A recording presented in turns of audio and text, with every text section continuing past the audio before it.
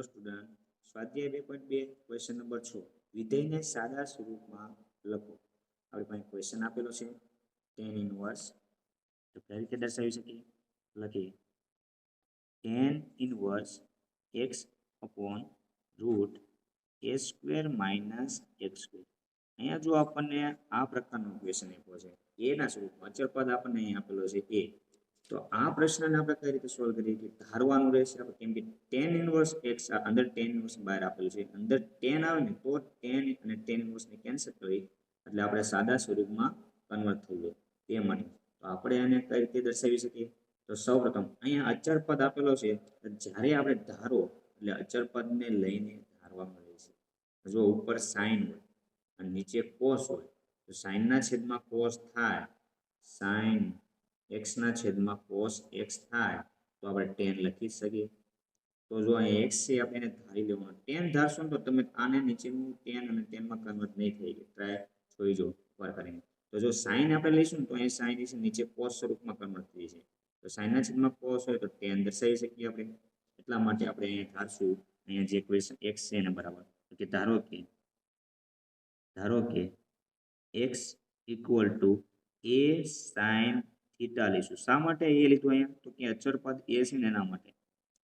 હવે જો a બરાબરની આ બાજુ છેદમાં લાવી એટલે x અપોન a લખાય પહેલા sin થીટા બરાબર. હવે પણ sin ની પછી આ બાજુ લાવવાનું છે આપણે, તો sin inverse x upon a થાય કોના બરાબર? થીટા બરાબર. તો આપણે લખી શકીએ થીટાની જગ્યાએ sin inverse x upon a દર્શાવવું. તો હવે એના પછીના સ્ટેપમાં જોઈએ equal to tan inverse m. Step by step ચાલશું અને તો ખબર પડી જશે કઈ રીતે આ દાખલા સોલ્વ થાય. x બરાબર આપણે ધાર્યું છે a sin થીટા, x બરાબર અહીં લખીએ a sin થીટા ના છેદમાં રૂટ a સ્ક્વેર m ના માઇનસ x સ્ક્વેર છે તો x નો વર્ગ, x સ્ક્વેર કેવી રીતે a square sin square theta થઈ જાય. લખીએ a square sin square theta. તો આપણું સ્ટેપ 2. હવે એના પછીના સ્ટેપમાં જો દેખાય તમને શું લખી શકીએ? tan ઇનવર્સ એમ નામ રહેવા દઈએ, a sin થીટા એમ નામ રહેવા દઈએ, a sin થીટા. હવે નીચે cos આવશે, જો કન્વર્ટ થતું જશે. આ a સ્ક્વેર બંને જગ્યાએ આપણે એમાંથી પહેલા રૂટની અંદર જ કોમન કાઢ્યું એટલે બંનેની અંદર કાઉસની અંદર a સ્ક્વેર કોમન નીકળે આ રીતે. a સ્ક્વેર કોમન તો અહીં 1 લખાય, માઇનસ એમ નામ a સ્ક્વેર કોમન તો શું વધ્યું? sin square theta. કાઉસ પૂરો. હવે એના પછીના સ્ટેપમાં જોઈએ તો tan ઇનવર્સ એમ નામ a sin theta upon a square નું રૂટ નીકળે, જો રૂટ અને સ્ક્વેર કટ છે એટલે એનું આ થઈ ગયો આપણી પાસે a રૂટની અંદર. હવે 1 માઇનસ sin સ્ક્વેર થીટા આપણી પાસે સૂત્ર છે જે આગળના સ્ટેપમાં જોયા, sin cos tan cot sec cos નિત્ય સમૂહ સૂત્ર. sin square plus cos square બરાબર કેટલા થાય? 1. આ આપણું માટેનું સૂત્ર હતું, યાદ હોય તો 1 માઇનસ sin સ્ક્વેર એટલે કેમાં કન્વર્ટ થઈ જાય? cos સ્ક્વેરમાં. તો 1 માઇનસ cos sin સ્ક્વેર હોય તો લખાય કેવું કે cos સ્ક્વેર થીટા. તો આ રીતે એને દર્શાવી શકાય.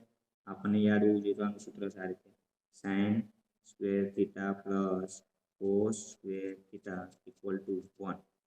તો જો sin છે બરાબરની આ બાજુ જાય તો શું લખી શકાય કે cos સ્ક્વેર થીટા બરાબર 1 હતું, બરાબરની આ બાજુ sin આ બાજુ જાય એટલે 1 માઇનસ થઈ જાય, 1 માઇનસ sin સ્ક્વેર થીટા. તો 1 માઇનસ sin સ્ક્વેર આપ્યું તો લખી શકાય cos સ્ક્વેર.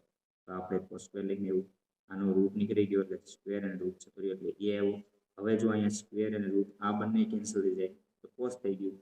તો હવે tan ઇનવર્સ, જો અહીંયા a અને a બંને એક જ ફોર્મમાં છે, આ બંને પણ કેન્સલ કરી જાય એટલે આપણી પાસે વધ્યું sin થીટાના છેદમાં સ્ક્વેર અને રૂટ કેન્સલ cos વધે એટલે cos થીટા. તો sin અપોન cos એટલે કેટલા લખીએ? 10.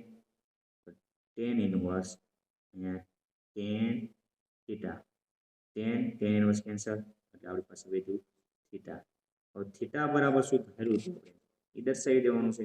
થીટા બરાબર લખી શકાય, થીટા બરાબર કે sin inverse x upon a. આ આપણો આન્સર. થેન્ક યુ વિદ્યાર્થી મિત્રો.